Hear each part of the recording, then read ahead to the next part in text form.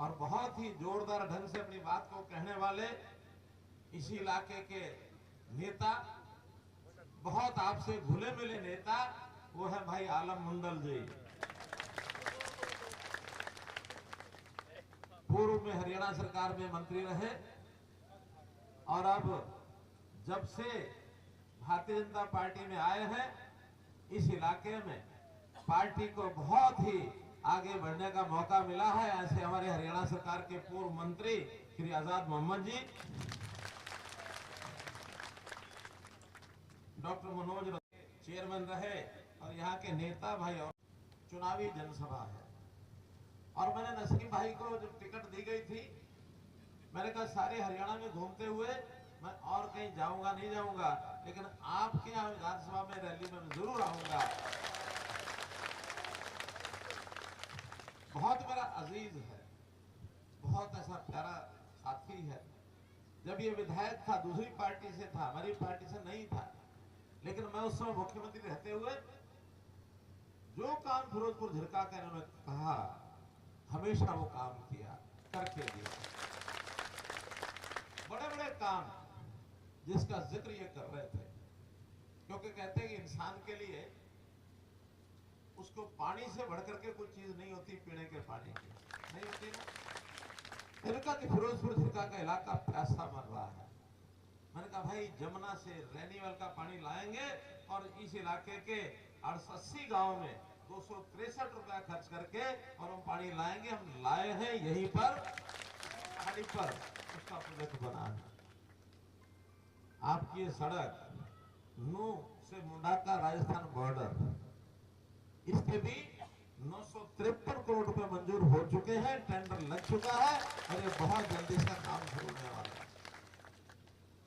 मित्रों, दिल्ली वडोदरा की सड़क अभी हमारे लिए ऐसी एक सड़क बनी है, इस इलाके के यानी खुशहाली का रास्ता खुद ब खुद बनता जा रहा है। दिल्ली वडोदरा की सड़क कोई छोटी मोटी राशि की सड़क नहीं है। प्रधानमंत्री मोदी जी ने इस सड़क पर 90,000 करोड़ रुपया मंजूर किया। 90,000 करोड़ रुपया। यहां से कितनी दूर है? 5 किलोमीटर। यानी यहां से अगर दिल्ली जाना हो, वडोदरा जाना हो, तो पहले शायद दिल्ली के भी 3-4 घंटे लगते होंगे, अब आप 1.5 घंटे में दिल्ली पहुंच जाए, तो 50 मिनट। और ऐसे ही वडोदरा जाना हो, मुंबई जाना हो, तो पहले शायद 18-20 घंटे लगते थे, अब 10 घंटे में वडोदरा मुंबई को पार कर सकते हैं। क्योंकि इस इलाके के लोगों को लाभ इसलिए भी हुआ है, मुझे मालूम है, यहाँ इस इलाके में व्यवसाय करने के नाते, रोजगार करने के नाते बहुत रोजगार करते हैं, लेकिन एक बड़ा रोजगार यहाँ के लोगों का है ट्रक ड्राइविंग का, है ना। तो ये ट्रक वाले कितने धक्के खाते थे, इधर से उधर जाने में पता नहीं कहां का रात को ठहरना पड़ता था। अब सवेरे यहां से चलेंगे, शाम को बॉम्बे जाके खड़े हो जाएंगे ट्रक वाले। मित्रों, जहां तक एजुकेशन की बात है, शिक्षा की बात है, क्या बोलते हैं शिक्षा को? तालीम, उर्दू में तालीम कहते हैं। अब ये इलाका तालीम में पिछड़ा हुआ है, इसमें मानने में कोई दिक्कत नहीं, लेकिन जब से हम आए हैं, हमने इस इलाके में चाहे सेहत का ध्यान रखना हो, चाहे तालीम का ध्यान रखना हो, कितने स्कूल, कितने पीएचसी, कितने कॉलेज, फिरोजपुर झिरका वाले कितने सालों से कॉलेज मांग रहे थे, यहाँ कॉलेज मंजूर हुआ कि नहीं हुआ? इस जिले में कितने प्राइमरी स्कूल नए खोले, जो प्राइमरी थे उनको मिडिल तक बनाया, मिडिल वालों को हायर सेकेंडरी तक बनाया। आपके बच्चे अब पढ़ने के लिए उनको दूर नहीं जाना पड़ेगा। तो इसलिए मित्रों, हमने यहाँ का जो पीएचसी, ये बिल्कुल तिगांव में ही पीएचसी था, उसको 200 बेड का अस्पताल बनाया, मंजूर किया कि नहीं किया? ये किया। काम बहुत गिनाए जा सकते हैं।